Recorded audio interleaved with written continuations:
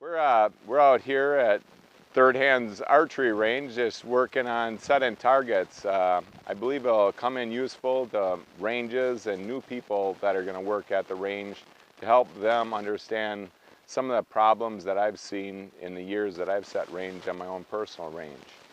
I'm showing you a couple different sets of rebar that they use to set targets. This is a smooth, newer style. This works. This is the best you can use right now. It works really well. The old rebar, the problem with what we'd have would be, as you get into the targets, anybody that would hit the leg and put a ding in that conduit on the leg of the target, this would work like a jack and get constantly pushed up into the target to a point you couldn't grab the back end of it. So if you use smooth rebar, it's always easier to get back out of the target. It can actually remove that dimple that's in that conduit. Another useful tool is a multi-tool I like to wear on my side while I'm working on the range. It's just pliers that I can actually pull the rebar out of the target so it doesn't get jammed into the legs. I also use it to tap the legs of the target to remove any dirt and debris that would be in them. We'll get into how to store a target. Storing the targets on their back like this is much better than trying to stand them up on their legs. They'll shift, they'll fall, they'll break. And to remove the headgear is an important part of that process. When you're going out to set a target, keep the headgear in one hand if you had to carry it up by yourself. These targets haven't been glued together or anything. They'll shift apart. The design of the target is, like on the back, when it's upside down, you can handle this from the back leg and it won't come apart. So when you store it, you can store it like this. Maybe keep the headgear right up on top of the target. And always using deer or anything like that, remove the horns so they don't get broken off. Generally, you get a new guy to come out to your range, and this would be standing up next to your building.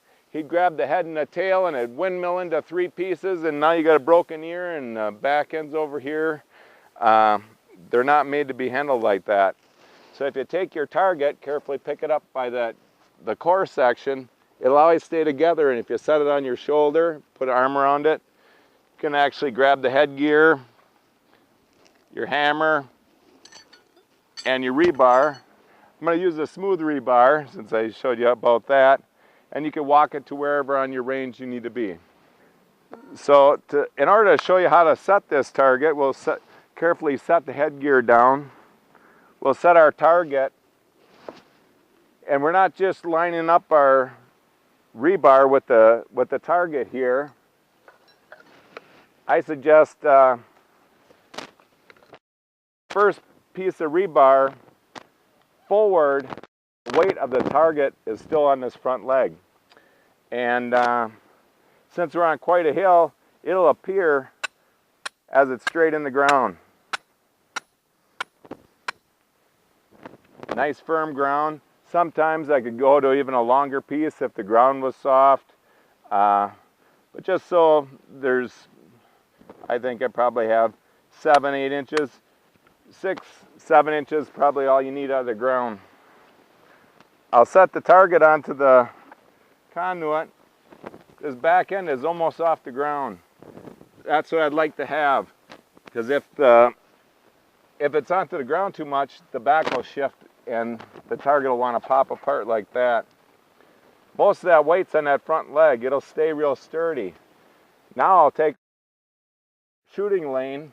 What I'll do is I'll aim the target so the kill zone's correctly aligned with that area.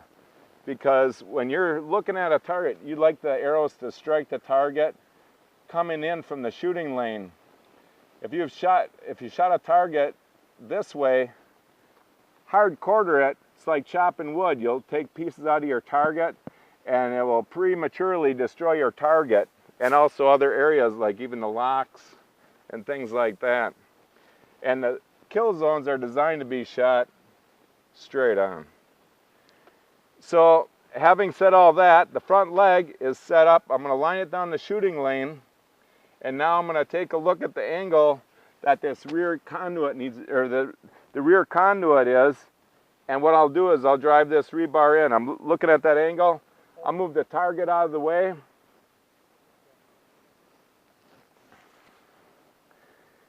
And I'll drive the rear stake in the ground, roughly the same distance. I'll swing the target close, shift it apart, set the rear leg on,